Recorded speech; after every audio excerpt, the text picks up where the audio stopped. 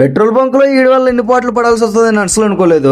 పొద్దున్న 8 నుంచి కాల్ చేసి ఫీజు పట్టుకుని హాల్ టికెట్ వెరిఫికేషన్ కోసం రమ్మనేసి కాల్ చేశారు. ఎలాగో ఖాళీగా ఉన్నాం కదా అనేసి ఇద్దరం బయలుదేరేసాం. ఫీజు కడితే గానీ హాల్ టికెట్ వెరిఫికేషన్ అవ్వదని ముందే ఇన్ఫార్మ్ చేశారు. కానీ మేమిద్దరం చేతులు ఊపుకుంటూ వెళ్ళిపోయాం. తీరా అక్కడికి వెళ్ళి చూస్తే ఖచ్చితంగా ఎంతో కొంత కట్టాల్సిందని తెలిసి సగం అమౌంట్ అయితే అరేంజ్ చేసుకుని ఏదోలా కట్టేసాం. ఎలాగో కాలేజ్కి వచ్చాం కదా అని లోపలికి ఒక లుక్ వేద్దామని వెళ్తే అందరూ ఫోన్ లోనే మునిగిపోయారు. మన స్టూడెంట్స్ అనే పేరుతో వీళ్ళు మాత్రం చాలా బాగా అడిగిపోతున్నారు. మా బామ్మడితో ఒక్కడే ఖాళీగా ఉన్నాడు ఫోన్ లేకుండా. మీ కాలేజ్ లో కూడా ఇలాంటి వాళ్ళు ఉంటే కామెంట్ చేసేయండి. ఈ ఫోన్ స్విచ్ ఆగిపోతే ముందే నమ్మకంతో నా నంబర్ కి ఫోన్ పే చేశాడు పెట్రోల్ ఇంటికి పట్టుకెళ్ళడం కోసం. అలాగో పెట్రోల్ ఇంటికి పట్టుకెళ్ళాలి కాబట్టి 2 బాటిల్ పట్టుకుని పెట్రోల్ బంక్ కి అయితే చెక్కేసాం. పెట్రోల్ బంక్ వచ్చేసి 2 బాటిల్ ఫుల్ గా పెట్టించేసుకున్న తర్వాత అసలు చిక్కు మొదలైంది. ఫోన్ పే చేద్దామని ఫోన్ పే ఓపెన్ చేస్తే నా నంబర్ కి చేయాల్సిన డబ్బులు మా ఫ్రెండ్ నంబర్ కి చేస్తాడు. తీరా వాడికి కాల్ చేసి డబ్బులు రిటర్న్ బ్యాక్ చేయాలంటే స్విచ్ ఆగిపోయిన మొబైల్ కి మళ్ళీ రిటర్న్ బ్యాక్ చేస్తాడు. పెట్రోల్ బంక్ లోనే ఛార్జింగ్ పెట్టి మళ్ళీ ఫోన్ పే చేసేసరికి మళ్ళీ ఫోన్ స్విచ్ ఆగిపోయింది. తీరా ఇటు సిమ్ తీసి నా ఫోన్ లో వేసేసరికి నాది ఛార్జింగ్ అయ్యి స్విచ్ ఆగిపోయింది.